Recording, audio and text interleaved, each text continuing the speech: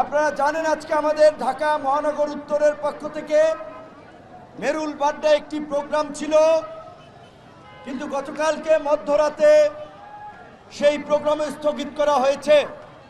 কারণ আমরা মনে করি আগস্টের পর থেকেই বিভিন্ন রাজনৈতিক দল মতের নাগরিকরা আমরা এই জুলাই আগস্ট গণহত্যায় জড়িত ফ্যাসিস্ট এবং ফ্যাসিস্টের দোসরদেরকে বিচারের মুখোমুখি করা, তাদের সম্পদ জব্দ করা এবং তাদের রাজনীতি নিষিদ্ধের যে দাবি জানিয়ে আসছিলাম, আমরা সেটার কার্যকর বাস্তবায়ন দেখি নাই।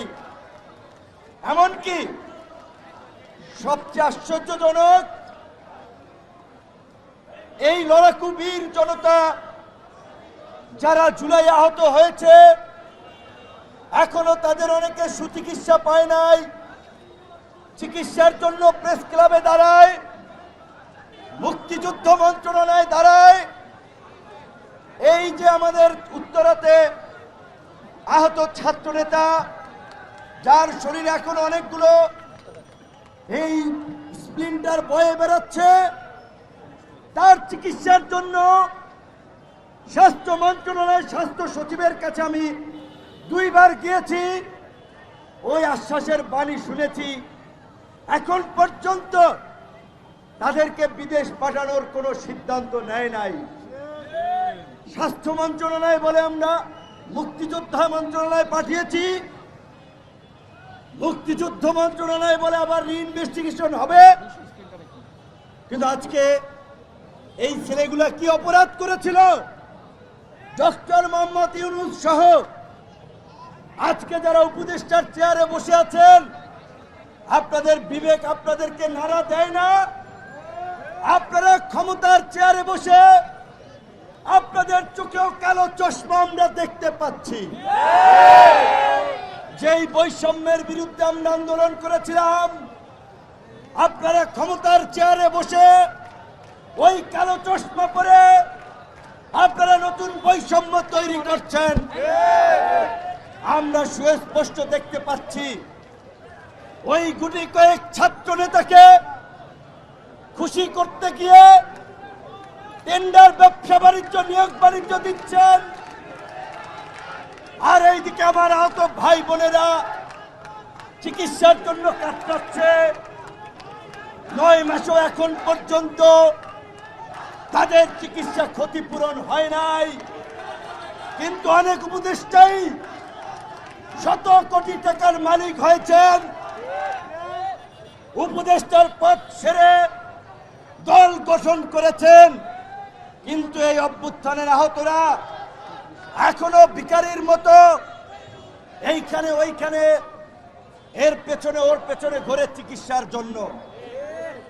এইটাই জুলাই গণ অভ্যুত্থানের সাথে বেইমানি, এইটাই জুলাইয়ের সাথে প্রতারণা। এর মধ্যে দিয়ে আপনারা আপনাদের ব্যর্থতার পরিচয় দিয়েছেন। আমরা মনে করি বর্তমানে এই উপদেষ্টা পরিষদ দিয়ে এই গণহত্যার বিচার, রাষ্ট্র সংস্কার, আওয়ামী লীগকে নিষিদ্ধ কিংবা অবাধ সুষ্ঠু নির্বাচন, জনগণের ভোটাধিকার ফিরিয়ে দেওয়া সম্ভব নয়। তারা নিরপেক্ষতা হারিয়েছে, তারা নিজেদেরকে প্রশ্নবিদ্ধ করেছে, তারা তলে তলে আমেরিকান এমবেসি সহ বিদেশি এমবেসির সাথে গিয়ে মিটিং করে আওয়ামী লীগকে পুনর্বাসন করার সুযোগ দান করে। সেই জায়গা থেকে আমরা বলেছি আওয়ামী লীগ নিষিদ্ধ নিয়ে আর কোন তালবাহানা নয় ছয় আমরা মানব না। যমুনা থেকে শাহবাগ, শহীদ মিনার, এই পল্টন মোড়, সারা দেশের বিভিন্ন প্রান্তে যারা যেখানে অবস্থান কর্মসূচি পালন করছে, আমরা প্রত্যেককে ধন্যবাদ এবং সাধুবাদ জানাই। আমরা তাদের প্রতি সংহতি জ্ঞাপন করি। ডক্টর মোহাম্মদ ইউনূসের প্রতি আমরা পরিষ্কার আহ্বান জানিয়ে বলতে চাই, অনতিবিলম্বে উপদেষ্টা পরিষদের মিটিং ডাকুন, জাতীয় সংলাপ ডাকুন। বিচার সম্পন্ন না হওয়া পর্যন্ত নির্বাহী আদেশের মাধ্যমে আওয়ামী লীগের কর্মকাণ্ডে নিষেধাজ্ঞা প্রদান করুন এবং আওয়ামী লীগ ব্যান হবে। আওয়ামী লীগ ব্যান হবে। 1, 2, 3, 4 No, no, no.